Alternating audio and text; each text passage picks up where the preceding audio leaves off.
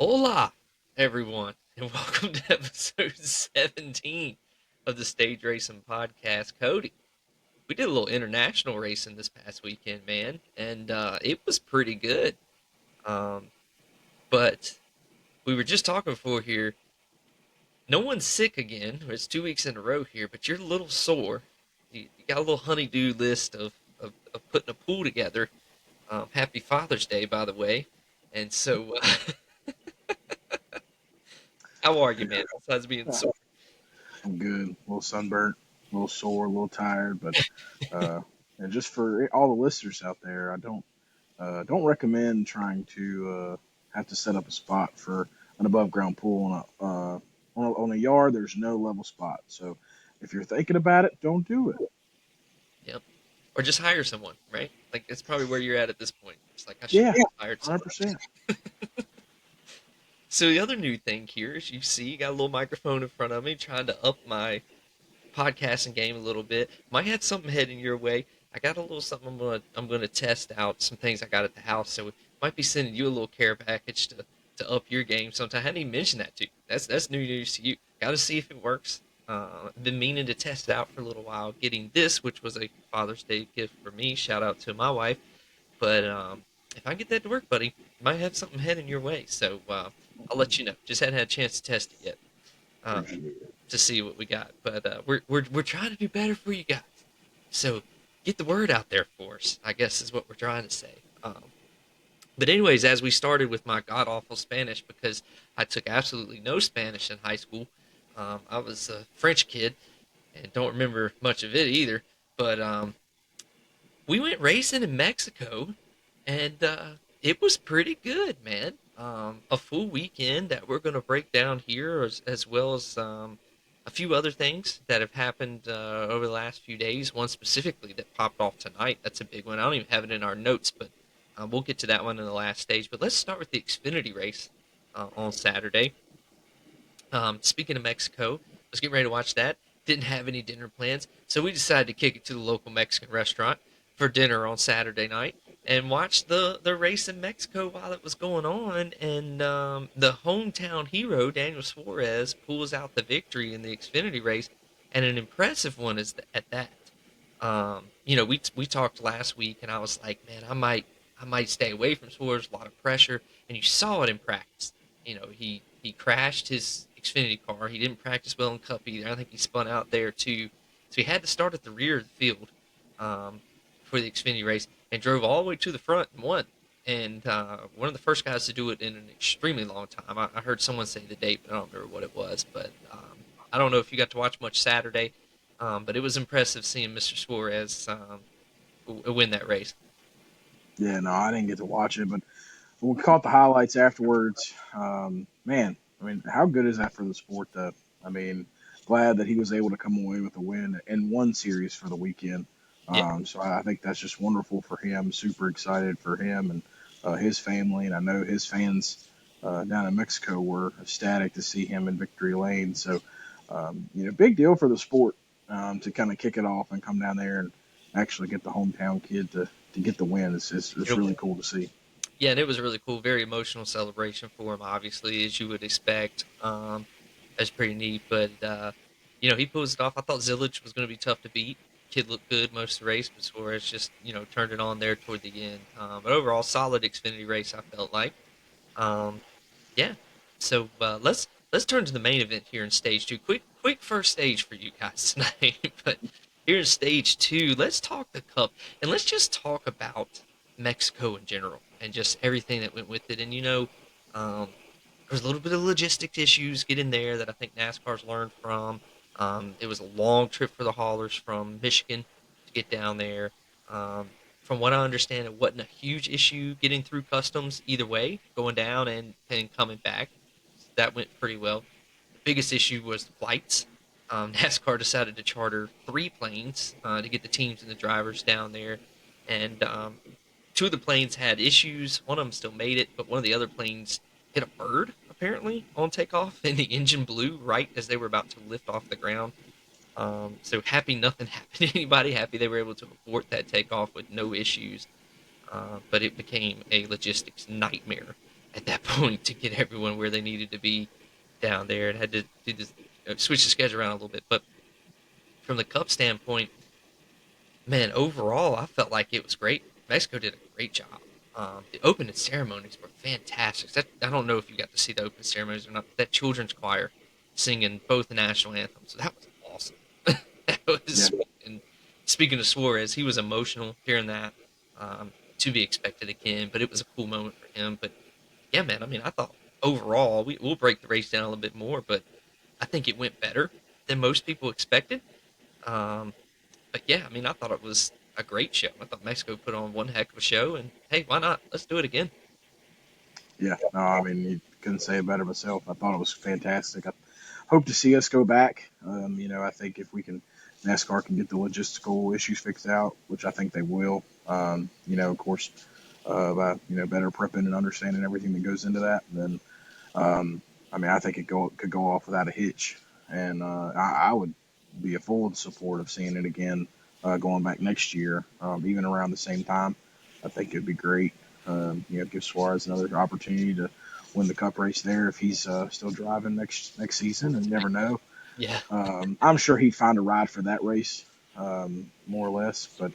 yeah, But yeah, no, I like I said, I'm definitely here for it. And Carl Edwards said it about the opening ceremonies, talking about, you know, the choir, they sang both national anthems, and they learned our stuff, and there's been a lot going on, and in the world right now, and yeah, so I think to kind of come together and see all those things, and see a country kind of to kind of love us a little bit, and learn our anthem and sing that too, to welcome us to their place.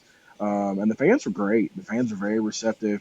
It seemed like they really enjoyed themselves, and I read a couple things up coming to that race about how those fans were eager to have racing come back there, and and they, like I said, and they were all showing out, I thought, from what I saw on the broadcast. So yeah, I'm totally down to go back next year. yeah. A couple of things. I think the fans who were there was awesome. I mean, you saw the clips of the drivers just walking in, like Todd Gilliland. You know, he could walk through your local Walmart at your local track and no one would know who he is. He's just walking in that track. He's surrounded like he's one of the Beatles, man. I mean, it was unbelievable. Um, got a little PC issue here. Hang on, there we go. All right, let's get that taken care of. That was cool to see. I think NASCAR probably needs to bring the ticket prices down. I don't think the crowd was as big as what they were expecting. I did hear on the teardown that ticket prices were roughly around 60 some odd dollars USD, and that's a little steep for Mexico, and their economic climate, not client climate. So I say, hey, bring those tickets down. I think when they did a Formula 2 or Formula E race there not too long ago, it was packed, but tickets were equivalent of like $10 USD. I don't think NASCAR needs to go that low, but I mean, I don't know, dude. $60 um, in a place like that, it seemed a little steep to me. Um, you know, but I think, hey, something they can learn from, move on from there. I think the other thing that hurt the crowd too, the weather wasn't that great. Um, in typical NASCAR fashion, at least technology's come along good enough that we have rain tires and can get this thing going. Could you imagine the nightmare that would have started if this thing would have got rained out? Man, that would have. Throwing a big old wrench into it, my Oh, man. a wrench in the whole season is what it Yeah. would have done. Um, but yeah, I think the biggest issue was seemed like a little bit of a stomach bug, or maybe a few drivers drank the water or had a few Was it? ice cubes. Yes, they had a few ice cubes down there. Is what I was getting ready to say. Something seemed to be going on. It got Gregson, it got SVG, who Blaney. talked about how bad he was feeling. Blaney gave the thumbs up to Gluck that he didn't poop himself during the race, which he thought he was going to. I imagine it was more than just those three guys who were feeling bad. Not to mention crews and spotters, and yes, so little adjusting that I think they might need to make. There was one thing I thought was interesting. Shout out to uh, one of the spotters who went to high school with us. I was actually on the golf team with him, Josh Williams. He was actually spotted for the winning driver this past weekend. But I saw Josh put some on his Instagram story and things you wouldn't even think about when they're in the hotel brushing their teeth. They're making them use bottles of water. on their toothbrush, toothpaste, just things you don't you take for granted, I guess. Um, so just interesting. I think these are things that everyone's learned from as they move forward. But yeah, I mean, I thought it was cool. I thought it was great. I think if I could suggest anything for logistics of it is, hey, why don't we race Texas before this one, or something, Phoenix? I don't know, and then go down there so they're not driving all the way from literally basically the top of our country all the way down to Mexico City. And then got to go to and then got to go to Pocono. Yeah, and then come back, and I don't even think they've got to Charlotte yet. They're probably rolling into Charlotte now, if not early tomorrow morning. It's Tuesday night for us, so they're getting close if they're not there yet. And then it's basically a flip and go to Pocono. Luckily, it's not that long of a trip, all things considered, to Pocono. But I don't envy those truck drivers right now, that's for sure. So, well, let's talk about the race itself. Man, SVG. Here he is. We were begging for it. We didn't really get the full SVG experience at Coda earlier this year, but we get it this weekend.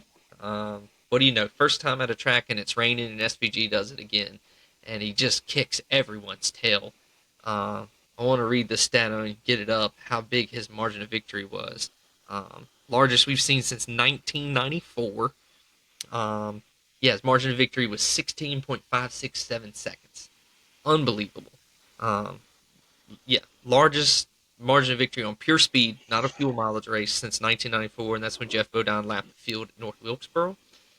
Just an absolute butt kicking, man. I mean, dude What is else?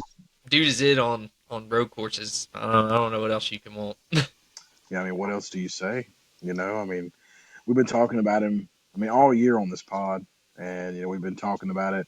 Him being 33rd in points, and we knew the win was going to come. I just think it was just, and it looked like clockwork, like you said. It's raining, first time on a new track.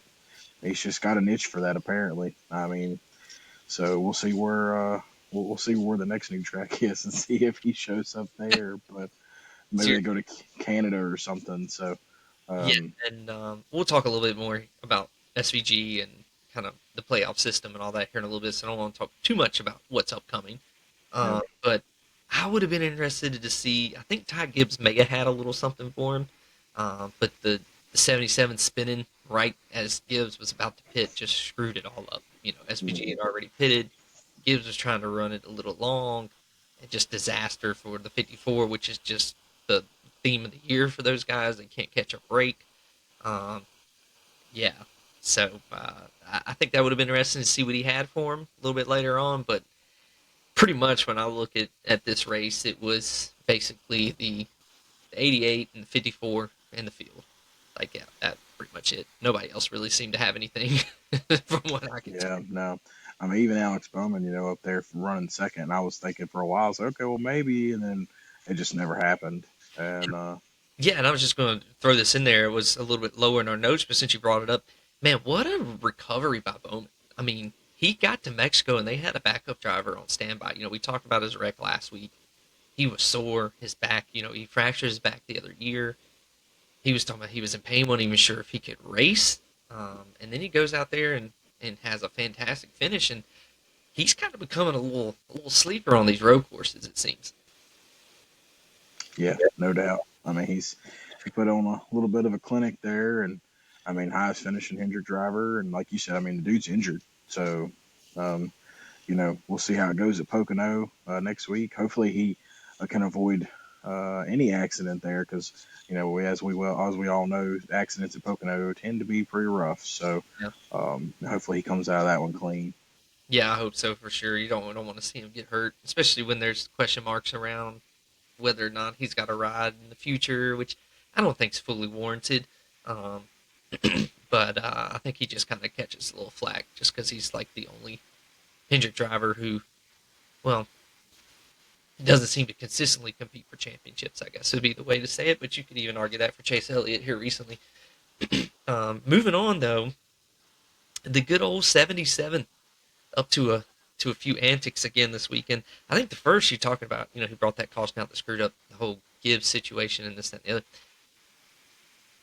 other. Am I wrong for saying that it looked like he could have got that thing refired and going, and he just kept sitting there until they threw a yellow? Like, Am I looking too much into that, or No, I don't think so.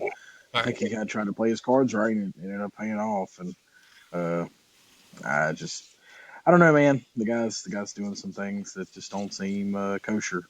Yeah, my wife's sitting there watching it with me, and he spins out. I'm like, "Oh no!" And she's like, "What's going on?" And I'm explaining, whole thing with Gibbs and why it's such a big deal. And she's like, "Oh, there's flames coming out of his car." And I was like, "No, it's the exhaust. He just refired the engine. He should get going."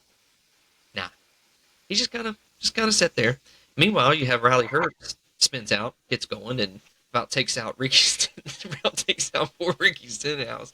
In the process, just cuts across the main part of the field. Probably when they should have thrown a caution and they didn't. But he went for it. He didn't sit there and just wait for them to throw a caution. But yeah, man, Carson hasn't had a good week. We'll get to what happened with him today, but then on top of He all, hasn't had a good month. he is not. Then on top of all of that, he gets a lap down in that process, and he never gets a lap back. So at least it comes back to get him a little bit. But he decided to just ram it on into his arch nemesis Ricky Stenhouse while he was a lap down, and took Ricky out. And Ricky let his feelings be known, how he felt about it. If you haven't heard that, just go look it up. This is a family show. We won't repeat what Ricky said, but I imagine Ricky might have them cargo shorts on and ready in Pocono when we get there, because he's pretty much told Carson he's going to handle his business once he gets to the States. And very smart for him. Let me just say this, Ricky. Good job controlling your temper and knowing you're in a different country, because you never know what could happen in that situation. Ask Kyle Busch, and it was Yep. smart on his behalf. Something I wouldn't have thought of. I can tell you that much. Yeah, I was waiting for the picture of him crossing the border at customs and uh, him, sitting Still there at waiting, the border with them shorts on, just waiting. waiting for the 77. Just sitting there waiting. That'd been funny. It would be really funny is if they put them on the same plane together. Plane. And Hmm. yeah, and once he looks on the little map in the plane and realizes he's over the states, he just stands up and walks to the back of the plane, and just starts swinging on cars, and that would have been hilarious. Yeah, I thought about that too. Oh man. Oh man. Well, anything else you wanted to say about the race, man? I mean, look, it was a pure utter butt whooping. Um, I, I mean, I still don't think the next gen car races as good on road courses as the previous one does, but there was still some pretty good racing that went on. All things considered. But I mean, SVG just kind of kicked everyone's rear end. I'd be eager to see it, after a second time, once again, just to see, the drivers and teams get that data back and to, see a little bit of more setups and see how it would work there.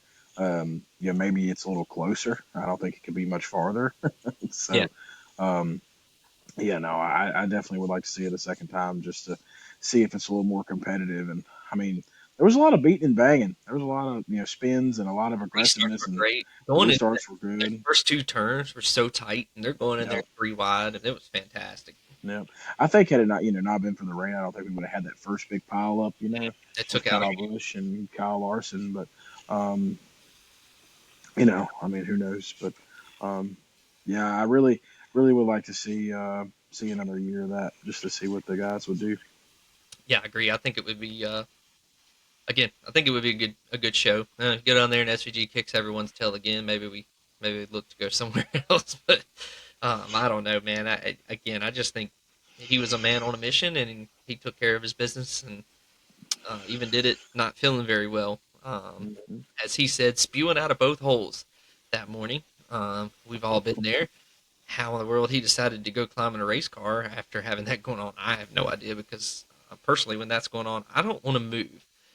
So much less go drive over 100 miles an hour and brake it as hard as I can. But anyways, anything else you want to add for the race, man? No, All right, well, let's move it on here to our final stage. Let's keep talking about SVG. He locks himself into the playoffs, but he's 33rd in points. Um, you know, Nobody was happy last year when Harrison Burton made it at 32nd in points. Actually, he may have been 34th. Um, but to me, this one feels different because of how many road courses are still left to run, that I think SVG might not be done for the year. They're still going to Chicago. They're still going to Sonoma. They're still going to Watkins Glen. I feel like I'm missing one. Am I missing one, or are those are remaining road courses? Oh, the Roval, but that's not till the playoffs. But there's three more road courses before the playoffs. It's a good chance he probably gets another one. Then if he gets another one, he's hopping up points pretty significantly at that point, where you're like, okay. But then again, I think this still is kind of one of those things of like, do we really need the win in your in format? You know, Yeah, no, I mean we've been talking about it for weeks. We knew, like I said, we knew this was coming.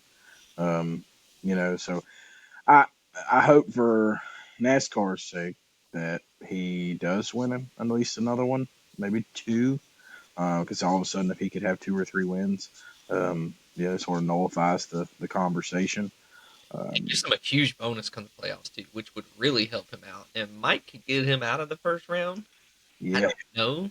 yeah. Again, me I as an mean, idiot back in February decided to say that he's my dark horse for the Final Four. But hey, he's in the playoffs now, baby. I'm not he looking is. at So those. you got your dark horse pick in there. It's in there. So and yeah, you picked him for that reason. You knew that he could win a race at a road course and get in there, and you never know what'll happen. So, but yeah, no, I mean, I would like to see him be a little, if now, especially if he can turn this around and kind of take this momentum and be a little more consistent on ovals, and starting this week at Pocono. I think it would be great. So we'll see what happens, but I mean, like I said, we all knew this was coming. Yeah, I think it. I think some of his struggles too on the year has been a track house issue, um, more than just SVG. I mean, we were so high on him because of how well he ran at Martinsville in the fall last year. I mean, it was just incredible, and then just hasn't been there. And I just don't know how much of it's him versus how much of it's track house. You look at track house as a whole. I mean, Ross is having a good year, but Ross is getting so much more out of his car than he should probably be getting. Is what makes that car competitive.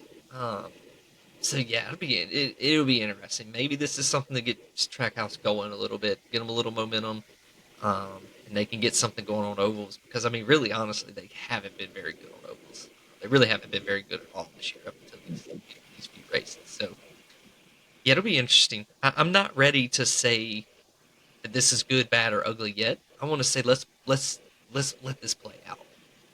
We get to August and we're in that last little bit before the playoffs. Maybe we come back to this. If he's still sitting 30 something in points, then you're like, yeah, probably need to get rid of this win in you're in, which I still think you might want to get rid of this win in you're in anyways. But yeah, I don't know.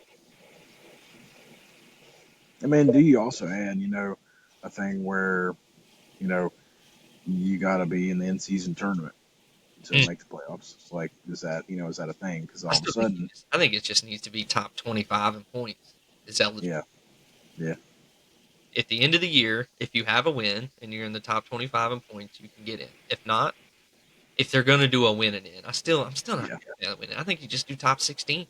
If you're going to do it well, just do top 16, man. It is But what can it we is. talk about one other thing that we forgot to talk about? I meant to bring up was, Ricky Stenhouse for a while there was sitting around on the cusp of 16 driving his way in, and that man's just found He the needs wrong end of the 77, and I think he's on the outside looking in now. So way on the outside looking in. Matter of fact, let me yeah, look that up. I want to say he's in the 20th something. yeah, Uh, because he's had like three DNFs in a row or something like that. he is sitting 22nd, 61 points from the cut line. He's got And a it win. wasn't but a month ago he was sitting at like 16. He was right there and having a good year.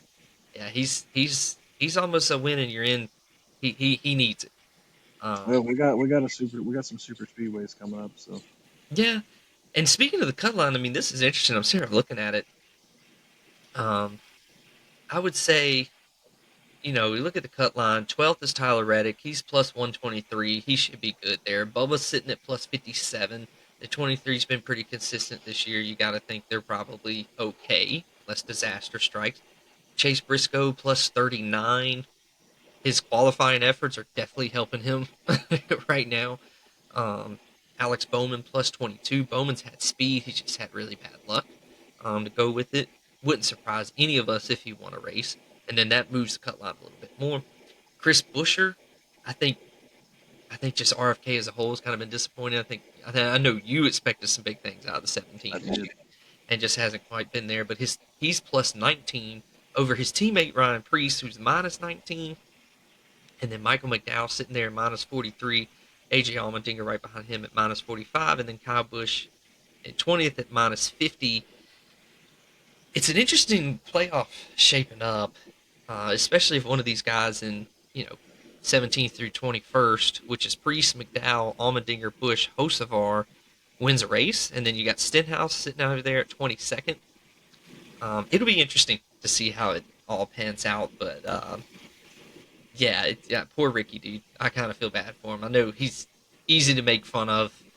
And by the way, if you haven't listened to last week's episode of Door Bumper Clear, he was on there and it was really good. And he was kind of talking about the issues he had at Roush, and he just drove so hard, and Roush at the time just didn't have anything. It was just really easy for him to wreck because he was just doing so much. But yeah, no, it kind of sucks for Ricky. I totally get your point on that one. Well, next big one. Actually, I don't have this. Next week's race. No, well, let's come back to that one. Next big thing I have on here is just announced the other day. Sports Center is going to be live from Dover next month during the race weekend. It's going to be hosted by good old Marty Smith. Man, good to have ESPN back at the track. It's part of their whole 50 states tour for the summer, and Dover's what they're doing for Delaware. Um, Come on, Sports Center, get back in it. Come on, we need you. Um, Look, I've said it to multiple people. You and I have talked about it. NASCAR is getting a little bit of a resurgence about them here recently. They still have their flaws. Don't get it twisted, but this is a good thing. It's going to be good to see Marty and Ryan McGee there. I don't know if you have any thoughts about that. No, man, I'm fully in love with that. I mean, I think Marty and Ryan McGee are two of the goats when it comes to covering NASCAR and you know doing what we got to do to you know expand the sport and make it popular. Because I mean, I know most people that watch ESPN, know Marty Smith, and he's a prominent personality on there for everything now. And but NASCAR is really where he got his start, and so I'm glad to see that ESPN recognizes that a little bit. Grant, I don't know what else there really is to do in Delaware, but True. but we'll take it when we can get it, Yeah, and I know NASCAR will too. So yeah, I'm super excited for that. I hope it's really good coverage.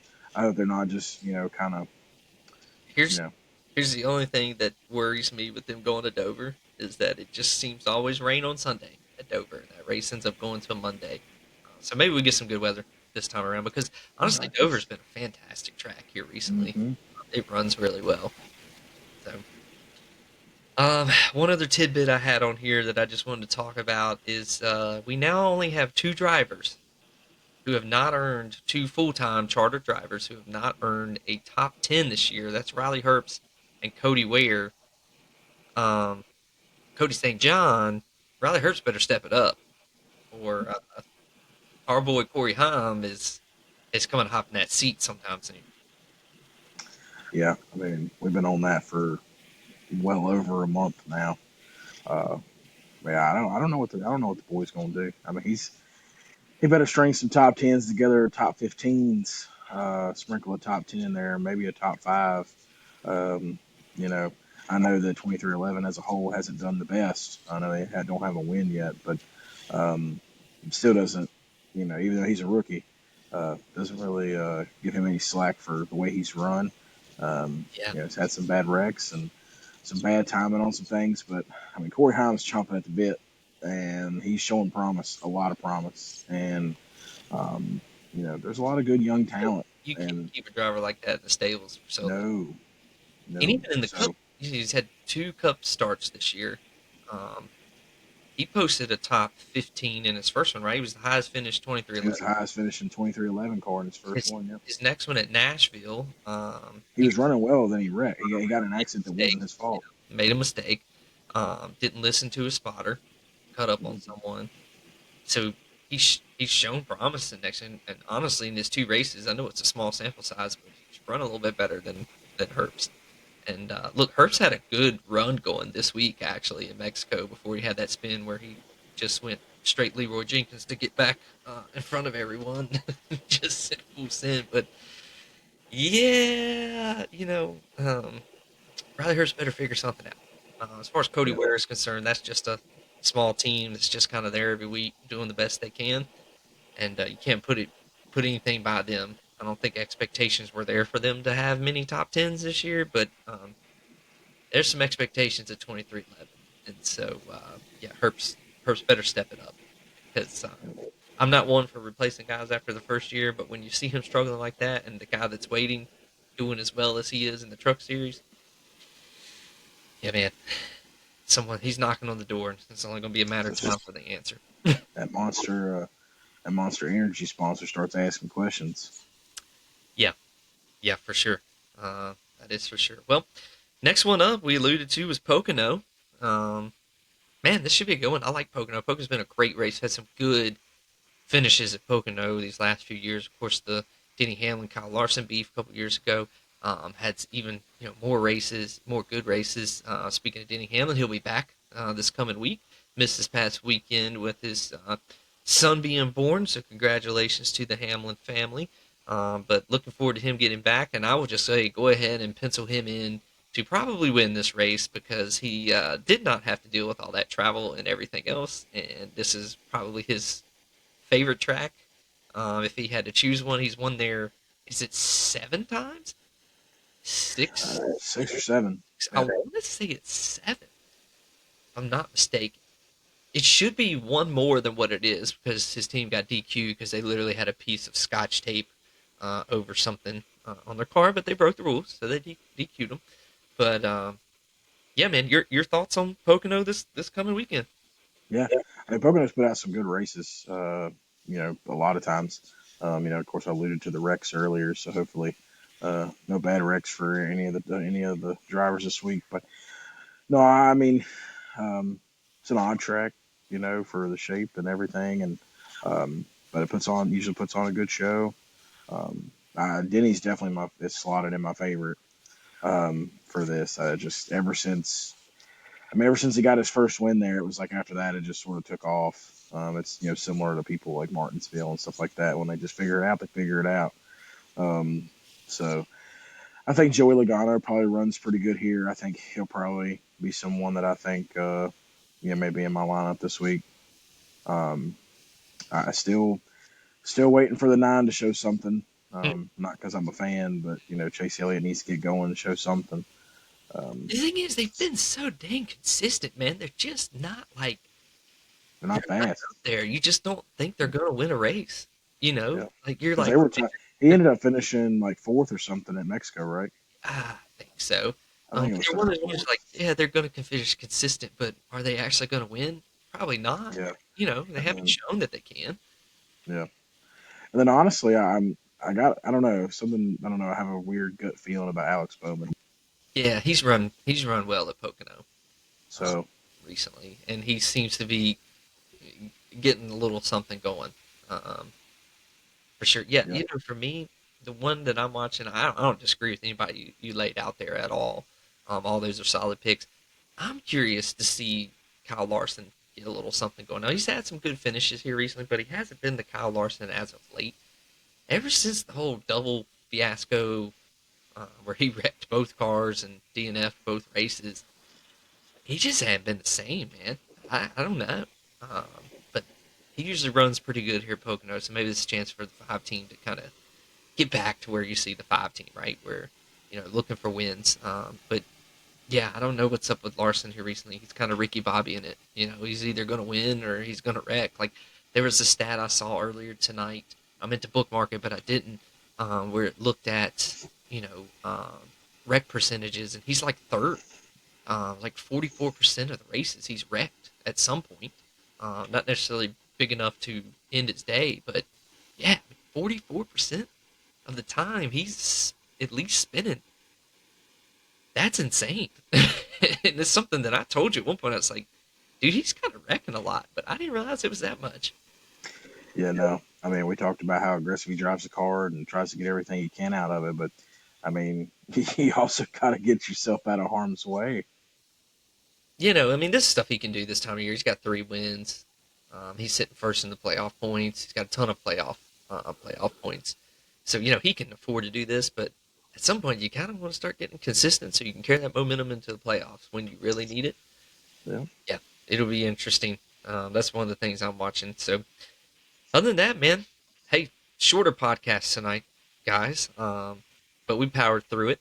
Yep. I think we'll have a little bit more to talk about next week. Oh, we almost forgot. Let's talk about this one. Carson Hocevar smacked with the fine tonight and some 50K. diversity training coming his way after his comments over the weekend while in Mexico playing iRacing.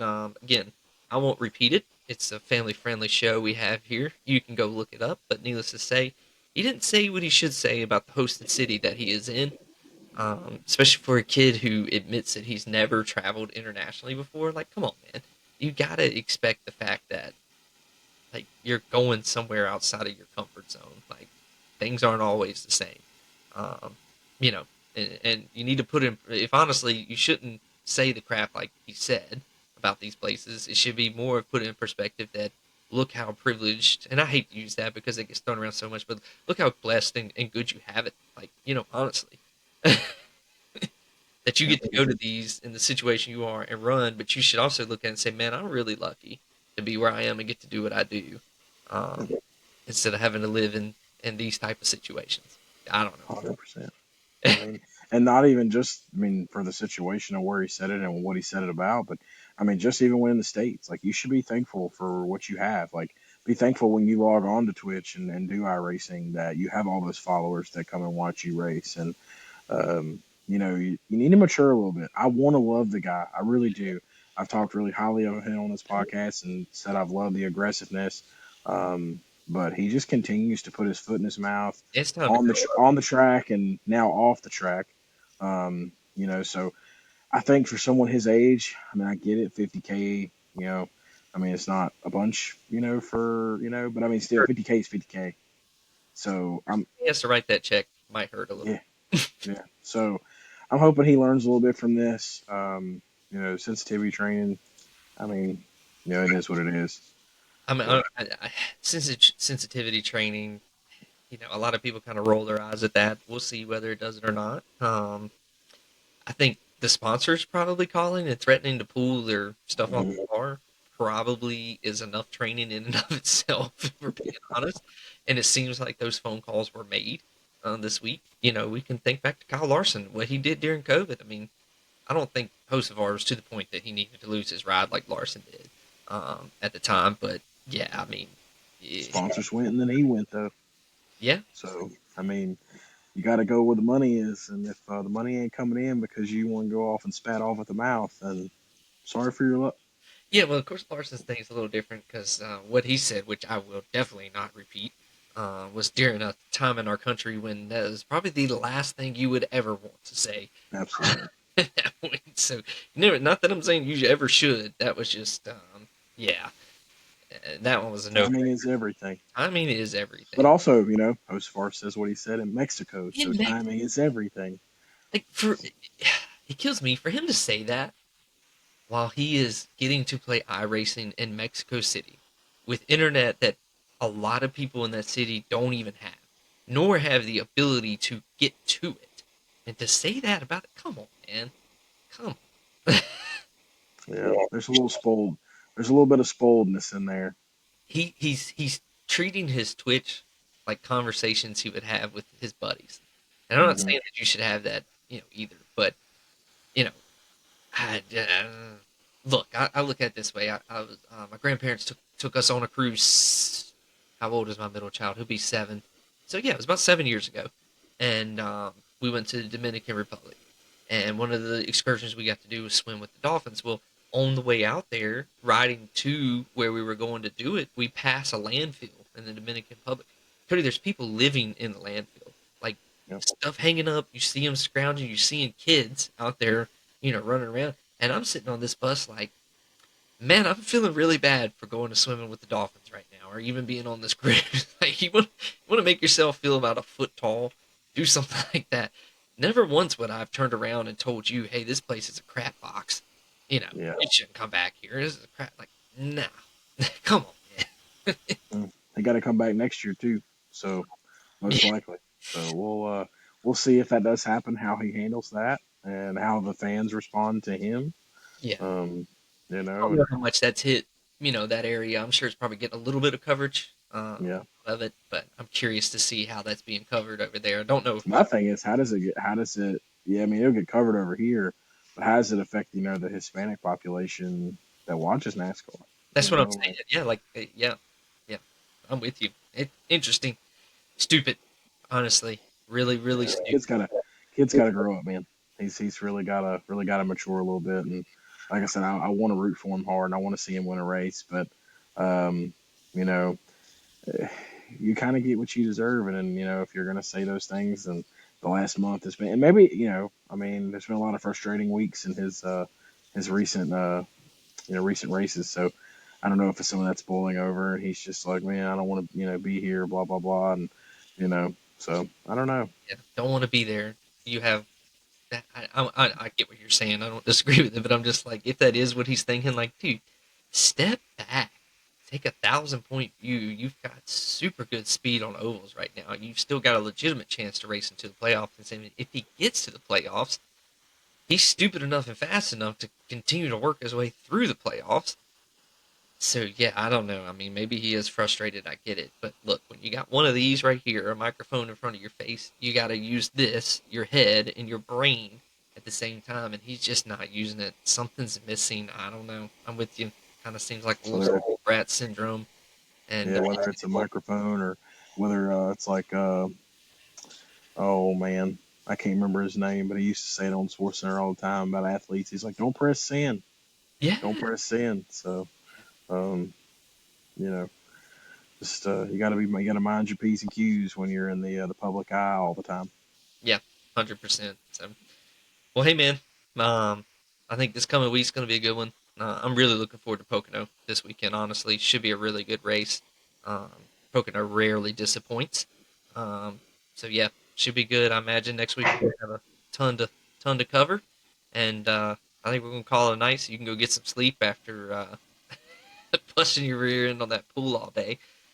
So hey, as always, please subscribe, please like, please download.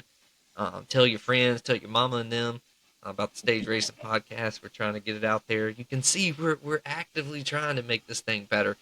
Um, and Cody will have a little story about TikTok once we get that taken care of here in the future. It's quite hilarious, actually, when it's all said and done. So Still haven't got it fixed yet, but I'm working on it. Everybody, we should be on the TikTok soon. Instagram's coming back around here soon as well, so you're gonna be seeing more of us. But hey, man. Anyways, it was a pleasure this week. Um, so on behalf of you and behalf of myself, I just want to say thank you, everyone, and we'll see you next week.